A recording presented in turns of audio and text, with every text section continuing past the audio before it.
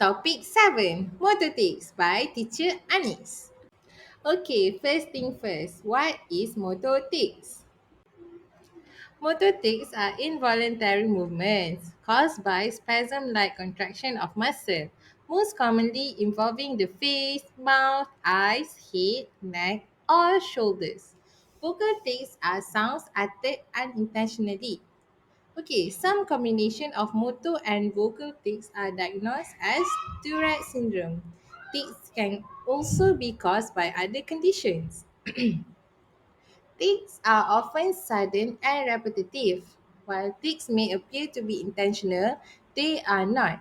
A person may be able to suppress a tic for a short time, but the tic movement or sound will occur as the urge becomes stronger.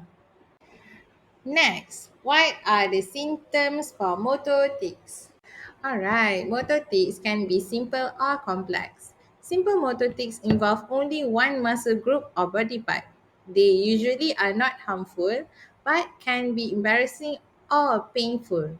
Some simple motor tics include shoulder shrugs, quick eye blinks or eye jerks, squatting and hopping, head twitches or head jerks, tongue movement including sticking out the tongue.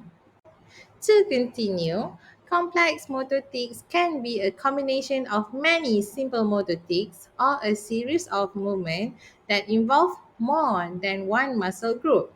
Complex motor tics are slower and often appear as if the person is performing a movement intentionally.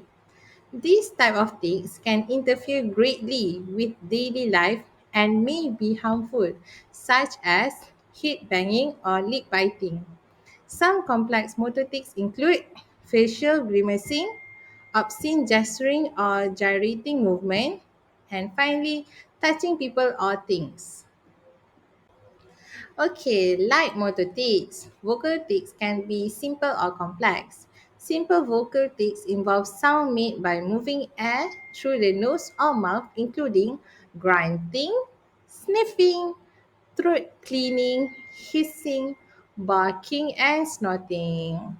Complex vocal tics may involve words, phrases, and sentences.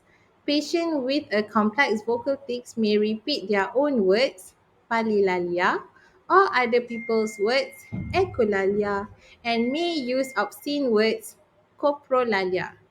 These vocal tics may interrupt the flow of a normal conversation or occur at the beginning of a sentence, much like a stutter or a stammer.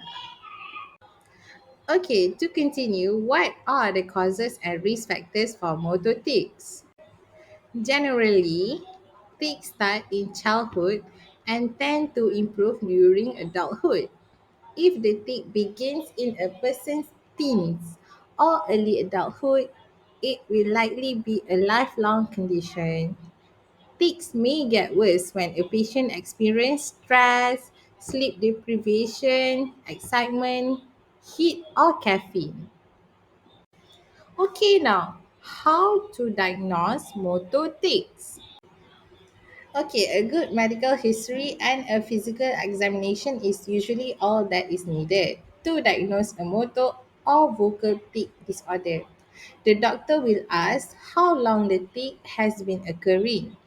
If the patient has experienced a tic daily for a year and has not had a tic free period longer than 3 months, the diagnosis is a tic disorder.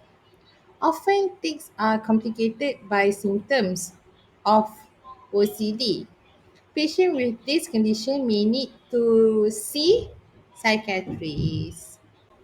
Last but not least, how do we treat motor tics?